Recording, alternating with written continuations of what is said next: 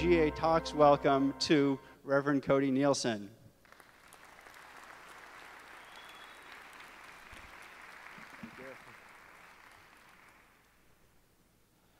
Good morning. I hope you're all very awake this morning. So I was given a limited amount of time to talk, and I might be being given even a more limited amount of time to talk, so I'm going to try to talk fast. And I'm not using any slides, so you'll just have to listen to what I have to say, and if you get bored, you can fall asleep, walk out of the room, any way you want.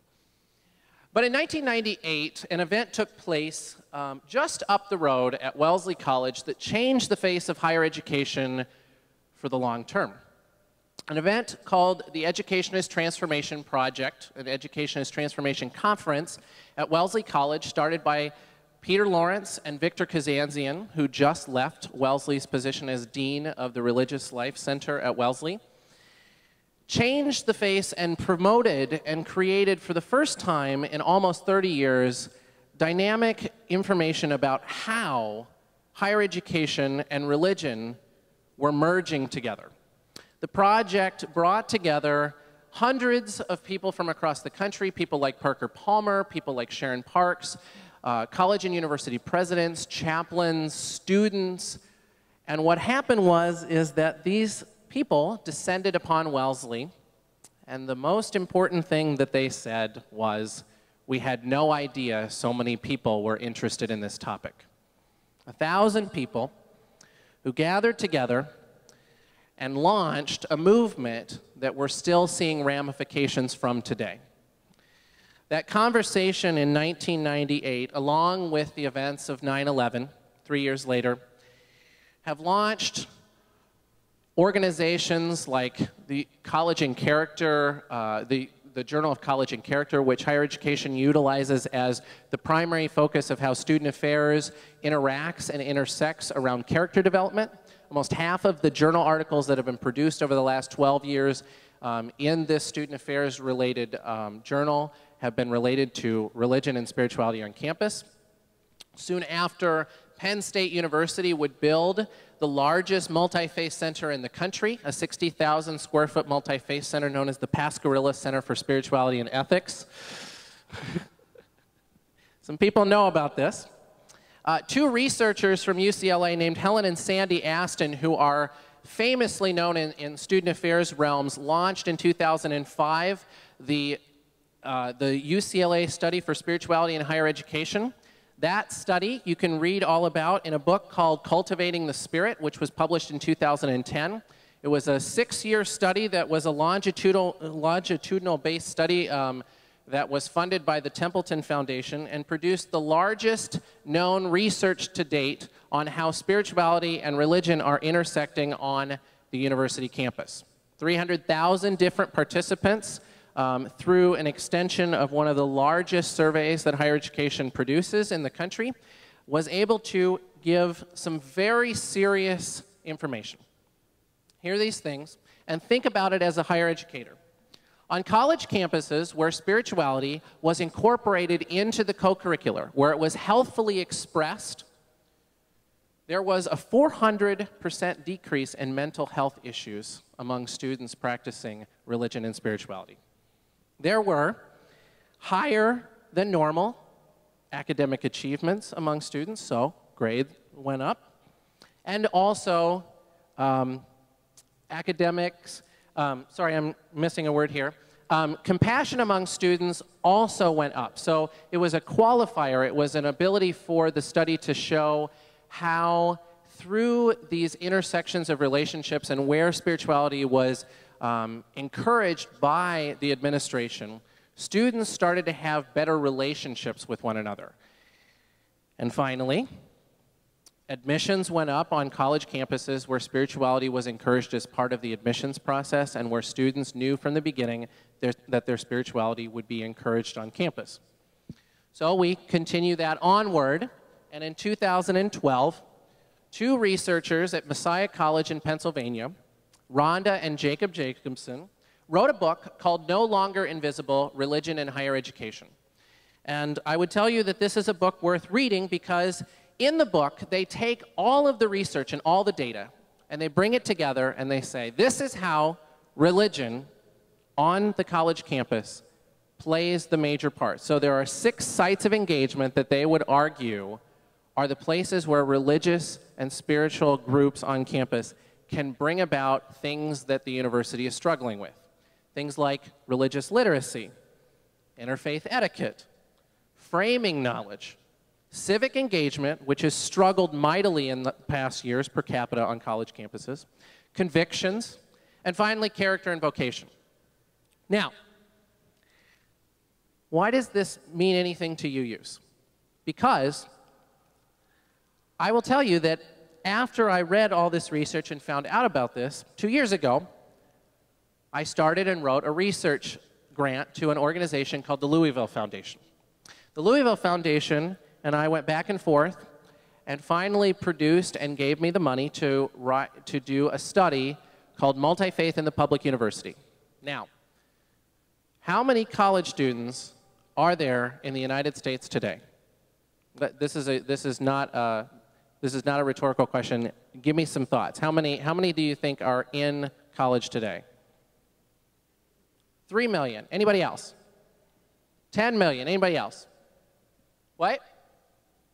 I can't hear you. 30 million. The answer is 20 million college students. 1 in every 31 American citizens are currently in higher education. So, 73% of those are in public universities. So I wrote this grant and I said, how can we look at the public university who's trying to do this? Now, some of you are familiar with an organization called the Interfaith Youth Corps and Ibu Patel and the work that he's been doing. We can talk about that more later.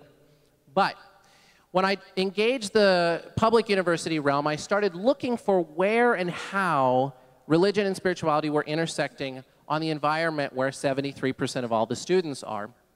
What I found was that across the country, a movement is happening where universities all over the place are starting to adapt and promote religion and spirituality on their campuses. Penn State is just one. The University of Toledo has a Center for Religious Understanding. Out west, you see places like the University of Oregon, Oregon State, Portland State, and many other universities all across the country who are starting to engage in this topic, and large student affairs organizations that have membership in the multiple tens of thousands are having serious conversations about this.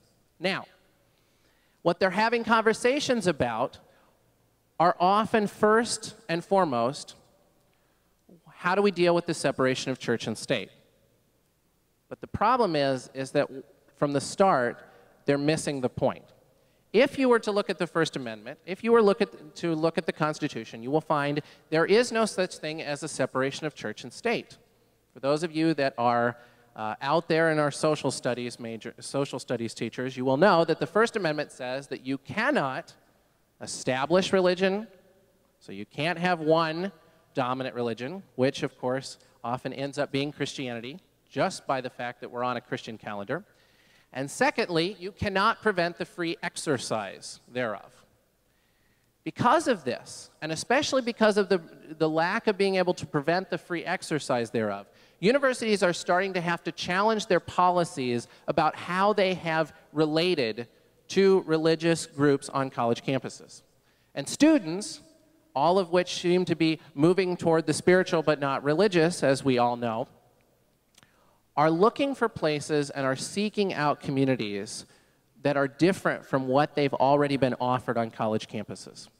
University administrators are saying, how do we work with certain groups on campus? What are the groups that we wish to work with on campus? And how do we approach this, which some people are saying is the last broad stroke of the co-curricular? And when I say last broad stroke, I want you to think that for almost 100 years, universities have been working to be more than just academic institutions. So thinking about women's centers, GLBT centers, sexual violence centers, multicultural centers, all of those kind of areas of the co-curricular are either in process or already satisfied to the most part in terms of how higher education works. The one piece of the pie that is left off is religion.